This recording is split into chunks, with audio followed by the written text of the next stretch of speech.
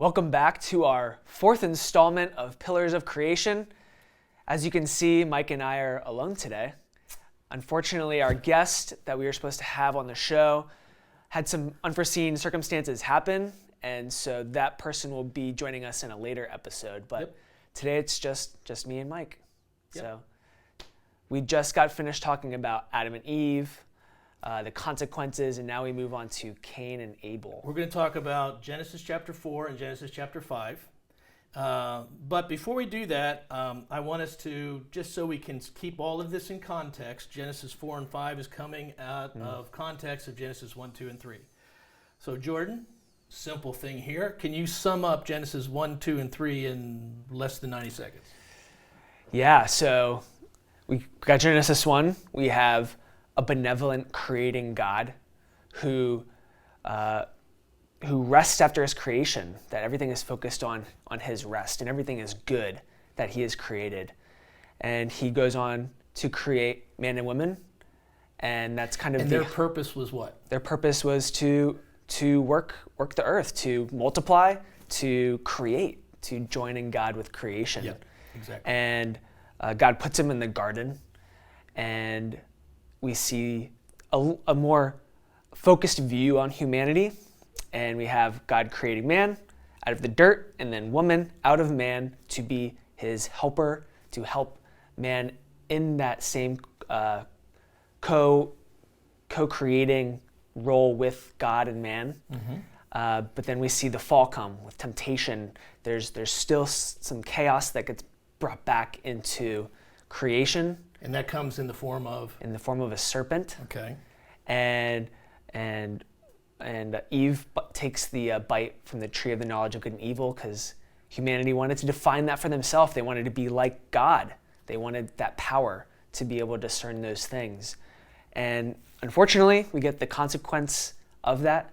Shame is brought in, and then God curses the snake, the ground, and then tells humans, hey, things are going to be different now. Like, because of what you decided to do to define good and evil, things have now changed. And the relationship between each other, your relationship with the ground, even the relationship between humans and God. And so we're catching up to this point now. It's post-fall, and now it's no longer just Adam and Eve humans, but we get some more humans in the picture here. Right.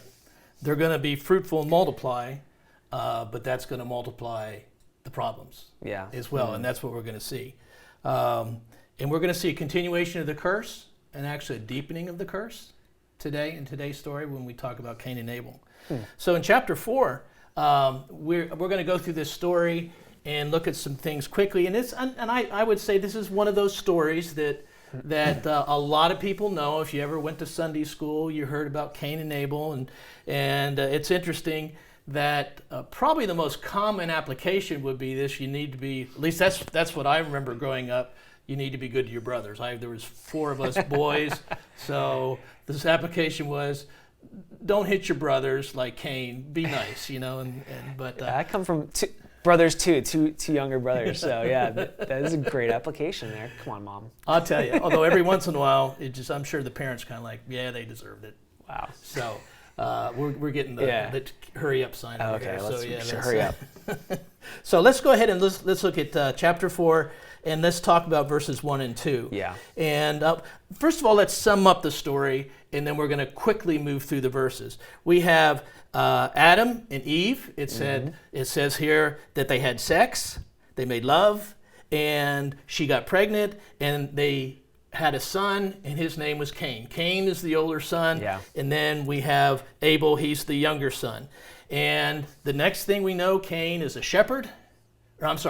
Abel is a shepherd, but Cain does what?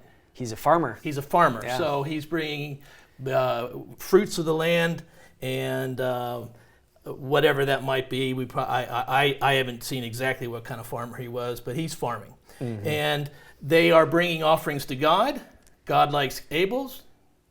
He doesn't as much like Cain's. Yeah, not as much. Cain's response is not good to that, and he ends up killing his brother. Yeah.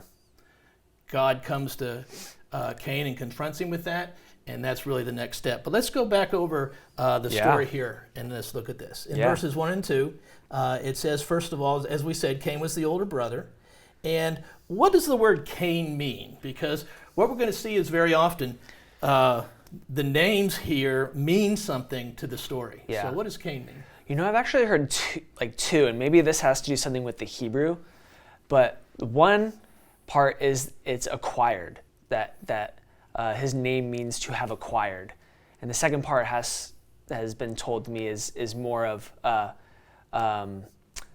like tool, kind of like weaponry in a sense. So I don't know if there's some sort of play on the Hebrew in there, but those are the kind of two sides I've heard. But I believe that it really, what at its base means acquired. Right. Yeah. In the NIV, which is what I'm reading, and it says that Eve says when she's pregnant, with the help of the Lord, I have brought forth a man. Mm-hmm. I have acquired a man with the help of the Lord. And some people have looked at this and said, maybe this might say Eve's being a little proud here, like me and God did this together. But from what I understand, that's not what the Hebrew is saying. The Hebrew is giving complete effects of the action to the Lord. Yeah. And what Eve is saying is that she acquired. And when you think of acquire, what do you think of? When I think of acquire, it's you're gaining something that you didn't have before. You didn't earn it. It's you picked it up. It's been given to you, and that's what he's saying. I've gotten this from God. And then but we want to remember that. We want to remember that. Okay. That word. And then, as we said a few minutes ago, Abel what's his occupation? He's a shepherd. He's a shepherd. Yeah. Cain's a farmer. Mm-hmm. So we are introduced in chapter 4, as you'll see, as we read down here, there's a lot of emphasis on what occupations the people had. Yeah. Now, what would be going on here in this story that the narrative gives to us the sense of here's his occupation, here's his occupation. What do you think's going on? That's an interesting question. I think it may be a temperament thing of why you choose. I mean, even you think today, like, why do we choose occupations? Because it more aligns with what we favor, who we are, our personalities. Yeah, there does seem to be that aligning of personalities and temperament. I think also, too, are occupations good or bad? I mean, they could be used for bad purposes. So, I mean, I think of them as good. They're neither in and of themselves. They're good or bad depending on what the person does with them. It's true. And we're going to see that through these stories. It becomes an illustration of here are good things that are done with occupations and here are bad things. Okay. So we're getting a picture of the world now that as the world is expanding, you have more people, and we've got two brothers here. They're doing their thing, which we're all associated with what our occupations are very much. And we're going to pick up some lessons on that. So let's look at verse 3, and we see in the course of time that Cain brought an offering to God. Yeah. And Abel brought an offering to God. Now, what did Cain bring and what did Abel bring? Well, it says here that Abel brought the fat portions to God. And I mean, I like steak and food. And so the fat portions, are probably the more they're the more desired part of the animal. Yeah. And ribeye rather than a sirloin. Exactly. Yeah. And so for Cain, it said that he presented some of the land's produce as an offering to the Lord. Right. So it doesn't sound as impressive as what Abel brought to God. It's some of what the land produced. Yeah, you get a sense when you read this because it says the Lord looked with favor on Abel and his offering, but on Cain's offering, he did not look with favor. Yeah.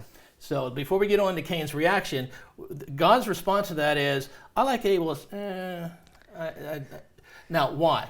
We don't know. Yeah. We don't know. Now, we have some conjectures, but I want to step back before that. Okay. Where did God command them to bring these offerings?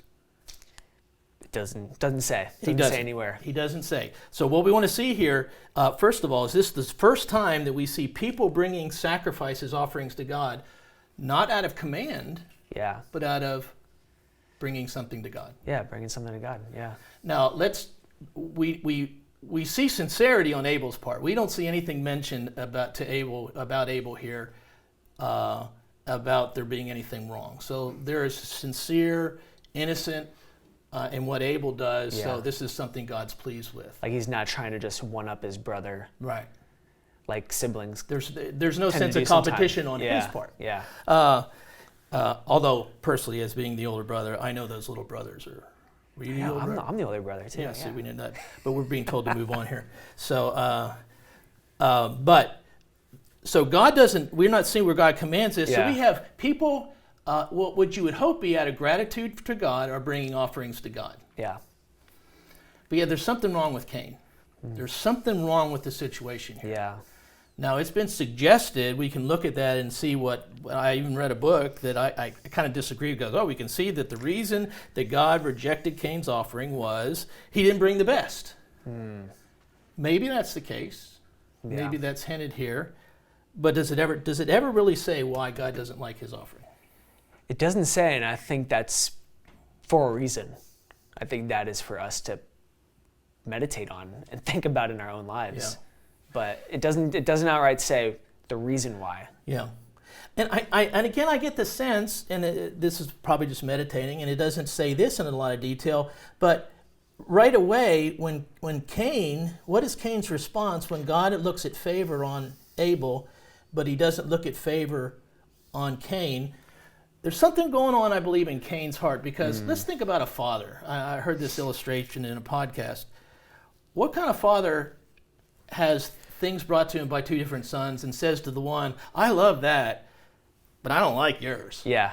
It's like a kid showing up with some sort of clay model that he maybe made in art class, and the father turns around and is like, but look what your other son did, and it's in this showcase kind of thing. He's like, and it just makes the other son just like I don't feel appreciated. Yeah. I think what we got to do is be careful that we confuse Cain's reaction and we put that on the heart of God.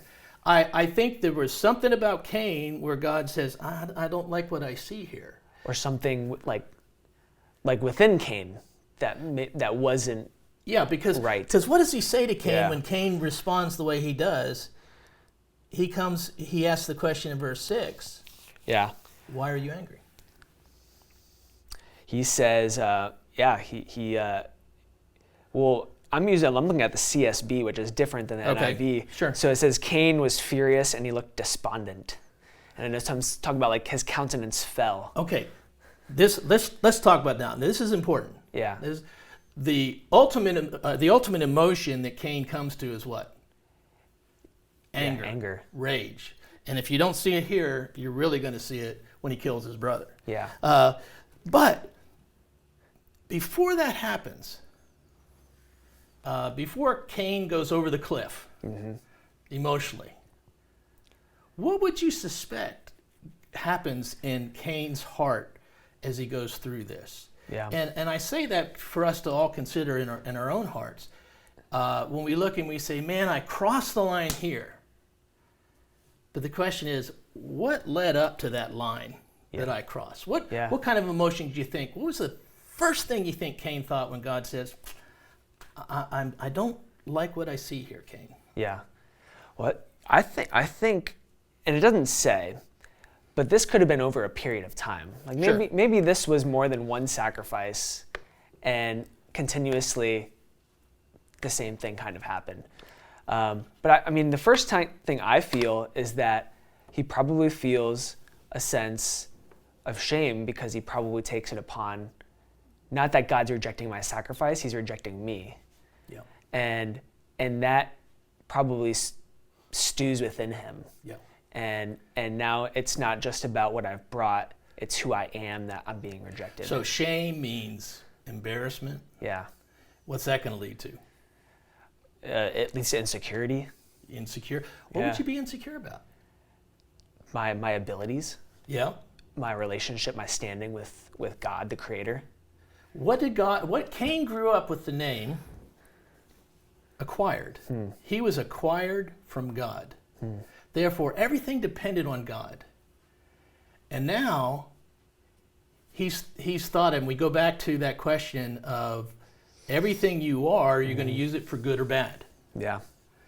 So Cain grows up with this attitude of everything I have is acquired from God, and now God doesn't like what I'm doing. Insecurity, what does that lead to? Fear, and then to the dark side. We go to the dark side. We're fearful, we're anxious, we're insecure, and then who do we turn against? God? Yeah. It's kind of hard to do something against God. Right. Yeah. You turn around and go, my brother. And that's the story of what's going on. Because what does God say then? He says, he warns him. He says in verse 6, why are you angry? Why is your face downcast? If you do what is right, will you not be accepted? Now we get to the sin crouching at the door, or couching at the door, whatever that Hebrew word really means there. But before that, he says, if you do what is right, will you not be accepted? What's God's God looks at this and goes, Cain, what's the deal here? Just do right. You had a bad day. So get up tomorrow, and what do? Do right. Do the right thing. I don't love you any less. Yeah. I'm going to take care of you. Everything you've had and gotten has been acquired from me. I'm going to continue to take care of you. Don't worry about this. Yeah. But it's our insecurities and our fears and our lack of trust, and that God's going to take care of it, that then we develop these attitudes and we come around and turn on our brothers. Yeah, I think insecurity makes you feel like, okay, I can't change, but I can. But I look at other people and I see that they're the problem. Yeah. And not that it's necessarily me. Yeah. And the sense of anger, whenever we have an anger problem, we need to stop and go, what am I really afraid of here? Yeah. So God says, he then says, if you do what's right, it'll be okay. But if you do not do what is right, sin is crouching at your door. It desires to have you, and you must master it. We've got a picture here. Yeah. We got a picture of sin being pictured like a what? Like it's a lion or some sort of beast ready to crouch. Some kind of beast or animal. Maybe it could be the serpent. Now that he has legs, he's crouching. Yeah. And it's interesting. The NIV says it desires to have you. The Hebrew says he desires to have you. I read that and I'm thinking, is the implication here? There's something behind. There's someone behind. Yeah. What's going on here? Whatever. Either way, but it says that sin wants to master you. He wants to attack you, and it has this desire, but you can control it. You can master it. Why? Because you're not a beast. Yeah. What is it? Does this sound familiar? Yeah,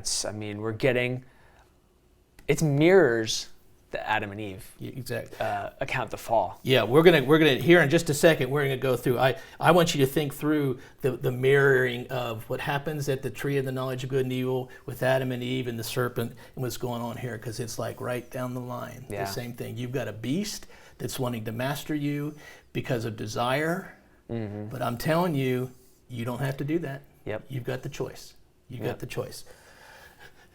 And it's a progression. Absolutely. Yeah. Absolutely. So Cain makes the wrong choice. And he says to his brother, let's go out in the field. And it says that he rose up and he killed him. And then God comes back to Cain and says, where is your brother? When have we heard that question, where? Exactly. Well, it's the same mirroring. We're mirroring Adam and Eve, and when God comes in the garden, where are you? Where are you? But now it's not where are you? Yeah. Where is your brother? What are we learning here? Life isn't just about you being with you and being right with you. It's being right with your brother too.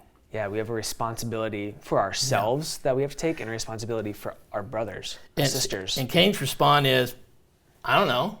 Yeah. Am I my brother's keeper? That's a question that, of course, we know what the right answer is. Yes. Yeah. And it's and there might be some sarcasm thrown here. Am I my brother's shepherd? Am I shepherding my brother? Who's the shepherd? Abel. Yeah. So, and then God says, what have you done? I hear your brother's blood crying out to me from the ground. And then he curses what? The ground. Yeah. He again curses the ground and makes it even worse. It's already gotten even bad. harder. It's even harder. It's now even harder for Cain. I've made it hard, he tells Adam. Now with Cain, you're not going to be able to farm anymore. Just gotten worse and worse. Yep, it's getting worse. Farmers. So I want us to think as we go down through here. Let's see if we can go through and see what matches up. I wrote down 11 things that match up between the garden and the story of Cain and Abel. What's the first thing that happens when they fall? Or what emotion starts with Cain, and what happens when Adam and Eve fall? What do they feel? Shame. Mm-hmm.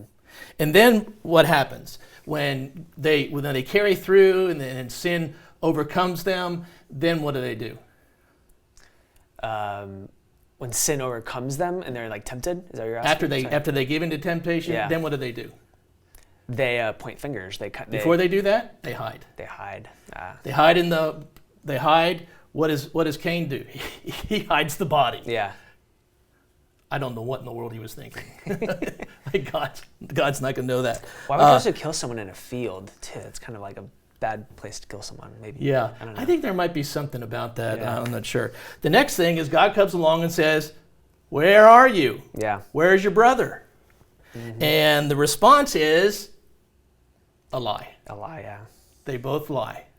He says, "I don't know." Yes, you do. And then they blame shift. Mm-hmm. Am I supposed to take care of my brother? Look at him. Yeah, the woman who you put me here gave me this apple. There we are. And then God says, I know what happened here. And then the curses come. Mm-hmm. But the curse comes to the ground. Yeah. And the reason this was going on, what were Adam and Eve looking to gain? They wanted to gain power. They wanted to gain the knowledge to be able to determine things for themselves. And what did Cain want to gain? Cain wanted acceptance. I think he wanted acceptance more on his own terms too. That could have been the character that God saw in him. Yeah. Yeah. But he wanted something from God that God didn't give him. Yeah. And he took it out on his brother here, which was just as bad and in some ways worse. And then what happens? What's the consequence with Adam and Eve? They're banished from the garden. Yeah. What's the consequence to Cain? He's sent out. You go. You're a wanderer now. Yeah, you're out. Same thing.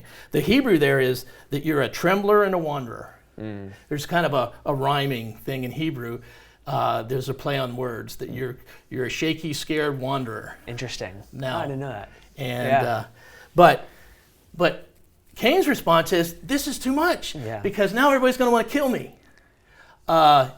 And of course, the logical questions comes on up. There's only 4 of us, right? Yeah. Nah, there's people around. There's civilization around. There's enough for town. I mean, let's not get into that again. That's an Adam's belly button question. Something that strikes me there too is Cain thinks that's too much for him, and he doesn't show any remorse for killing. Where it's you think of the whole world of well, if you took his life, then your life should be, something should be asked of you. Yep. But yet Cain thinks that this punishment of being a wanderer is too much. He doesn't see any grace in what God has done for him. And what God does there is he says, Cain, this is your fault. No. What's he do? Yeah, he says, I'll protect you. I'm going to protect you. I'm going to make sure no one kills you. He gives Cain grace. Remember what we said back in that Adam and Eve got grace and it took a sacrifice. Cain gets grace. What was the sacrifice? Well, Abel, I guess you could say. His brother. The sacrifice, yeah. And that's why, where's Abel mentioned in the Bible? In Hebrews. In Hebrews. He had faith, but it talks about Abel's innocent blood here crying out to God. Yeah. God hears the cry of innocent blood being here. And for God to show this grace, it had to come at the expense of an innocent man dying here. Yeah.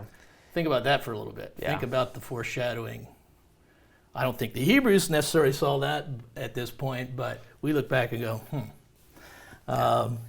we'd like to say we're like Abel, but we're all like Cain, right? Yeah. All right. What happens then to Cain? He then becomes a wanderer, and where does he go? What land? He goes east to Nod. He goes to Nod, which means wanderer, east of Eden. Yeah. Again, he's going east, away from God's will. Yeah. All right. So let's go ahead and move on down to verse 17 to the next section here. Cain is a wanderer, and he's gone to the east of Eden, and now Cain starts a family. And Cain, it says, lays with his wife. Where do you get a wife? Again, those questions, there is civilization around all that's going on. And she gives birth, and what we see now is just a listing of Cain's family. And there are a number of generations mentioned, but it ends up centering on this guy named Lamech. Yeah. Or Lamech. Wherever you want to put the whatever emphasis is, whatever syllable you want to emphasize. Yeah. In verse 19, we get down to Lamech, and what we're going to see here is you're going to get a tone of Cain's family. Lamech represents Cain's family and what comes out of Cain. And that is Lamech, and we're going to put a chart. You're going to be able to see this flow chart here because to get through. But Lamech basically has two wives, Adah and Zillah. Adah and Zillah. And first of all, Adah has two sons, Jabal and Jubal. And then we see that Zillah has another son, has her son, Tubal-Cain. And for some reason, I don't know why, please write in or call us and tell us why they mentioned a daughter's name here, because it's just mentioned and moves on. When you see a woman in a genealogy, that's a strange thing.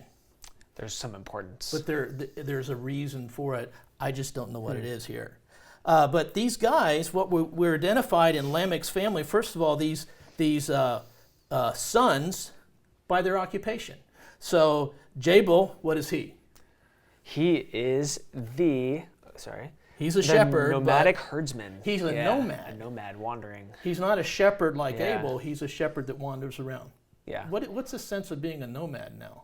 Well, I mean, Cain was,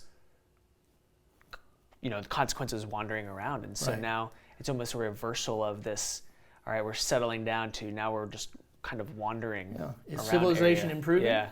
It seems like it's regressing a little bit. Yeah, that's a little bit of a regression. Yeah. But then the next one, Jubal, what is he? He is the first of all who play the lyre and the flute. Oh, he's a musician. Yeah. There's always there's an artist in the family. So Jabal was the athlete, and Jubal was the artsy one. Yeah, the artsy one that nobody quite understands. Wears his hair weird, whatever might be there. But now, music, is that wrong? No. Music, and there's nothing wrong with being a shepherd and nomad in and of its self. And then we have Zillah, the other wife. She has a son, and what does he do? Tubal-Cain? He's the first of all those who make bronze and iron tools. Yeah, he's a metalsmith. Yeah. He's a metalsmith. So in one sense you have here, remember we said the occupations? Mm-hmm. We have a focus here on occupations. So Lamech's family produces different occupations, representing the nomadic lifestyle, representing the artistic lifestyle, representing the technological invention or advancement of a metalsmith. But there's also within these occupations the potential for evil as well. Yeah. Occupation one way or another is not bad, but there's potential for evil. We talk about nomad. That's against God's desire of settling down and being a family, because that's why he put Cain to wander. Yeah. And the musicians on the part of the Hebrews were associated with what could fall into idolatry and sexual immorality. So there's the great potential with that word. On the other hand, you can make music sexual? Huh? Like you can make music sexualized? This was back in those days. We've got that okay. We've solved that problem Gotcha. now. Yeah. And but David was a musician. He did it righteously. So and then Tubal-Cain, a metalsmith. Well, what do you make with that? You can't make bad things with metal, can you? Other than like weapons. Yeah. weapons. You got swords. You got destruction, shields. Things to fight with. It could go either way. And in fact, what does Lamech say? And this, now we get this, the real picture of Cain's family, because he comes and he says in verse 23 and 24, and it's what's interesting is this is a poem. So maybe it became like a family verse. The family saying, the family song. Yeah, this is the family song. Ada and Zillah, listen to me, wives of Lamech, hear my words. I have killed a man for wounding me, a young man for injuring me. If Cain is avenged 70 times, then Lamech 77 times. There's family theme. There you go. What is it? What is Lamech? Violence, murderer, retribution. First of all, what did he killed a man, a young man, probably some stupid boy, for doing what?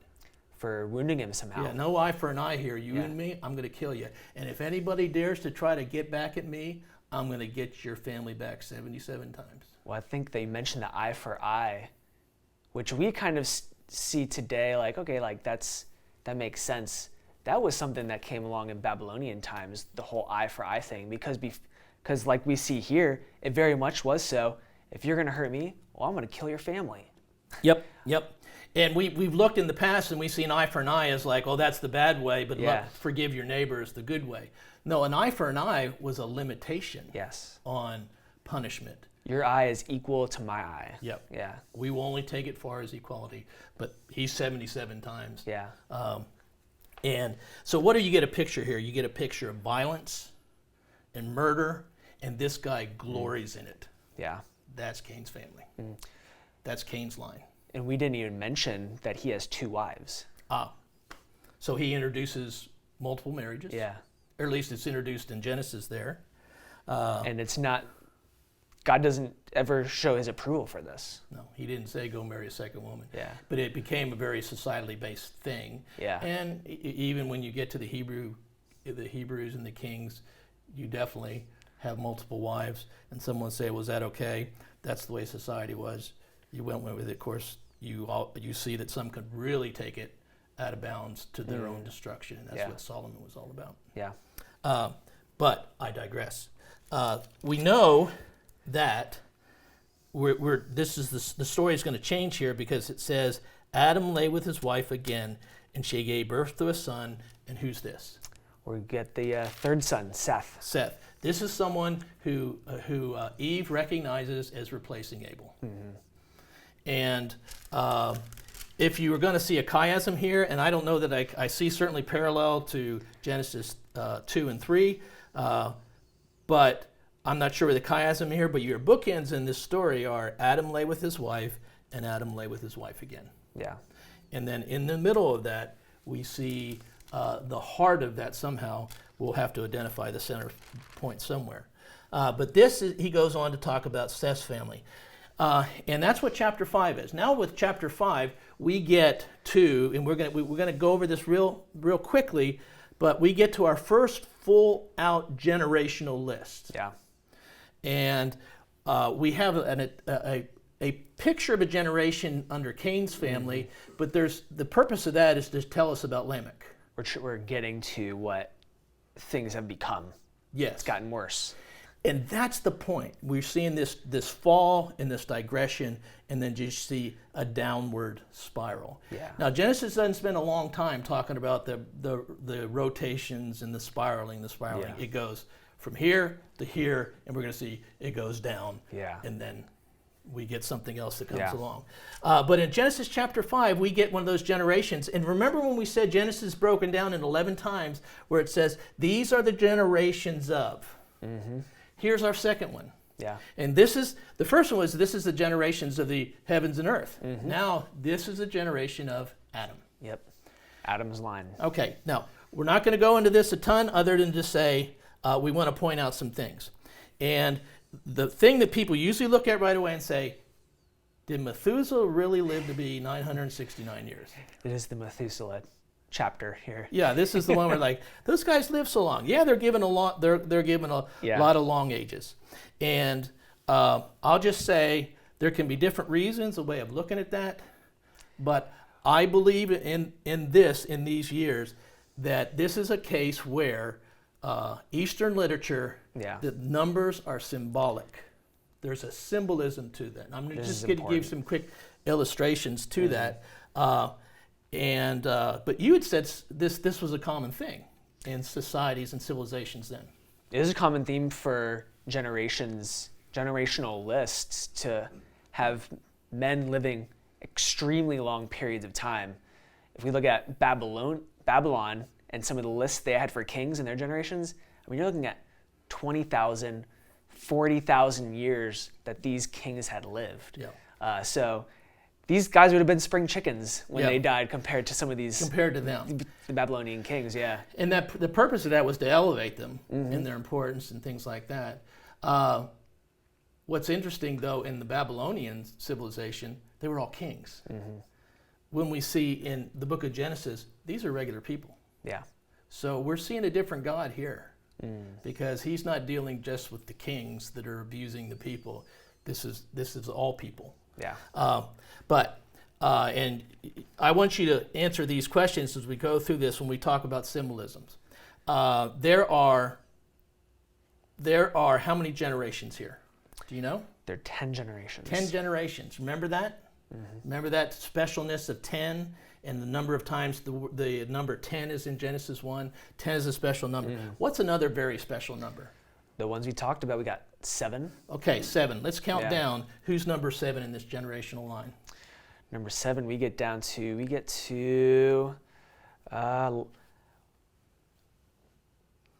Enoch. Yeah, Enoch. We get to Enoch. Enoch, and what does it say in verse 18? In verse 19? God. Yeah, that he walked with God, and then he was no more. And God took him. Yeah. So, the complete picture of God's line, the line of Seth, number 7, the guy walked with God, and God took him. Yep. Is that a summation of really what life is all about?